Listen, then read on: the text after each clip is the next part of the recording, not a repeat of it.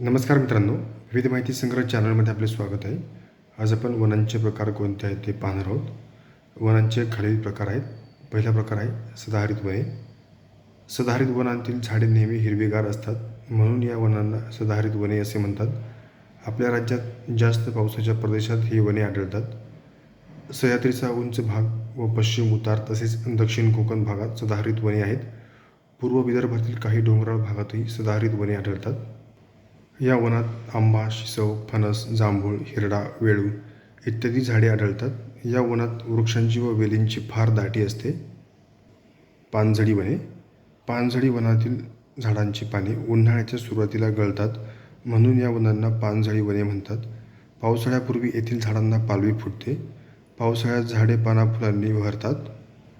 या वनात साग, खैर, वड, पिंपळ, कडुलिंब, ऐन, सानई, पळस, चिंच, आवळा इत्यादी वृक्ष आढळतात. आपल्या राज्यातील मध्यम पावसाच्या प्रदेशात ही वने आहेत. सदाहरित वनांपेक्षा ही वने काहीशी विरळ असतात. सह्याद्रीचा पूर्व उतार, कोकण, मेळघाट व सातपुडा, सातमाळा, अजिंठा या भागात ही वने आढळतात. गडचिरोली, भंडारा, गोंदिया, चंद्रपूर जिल्ह्यातील डोंगराळ भागात पानझडी वने जास्त आहेत.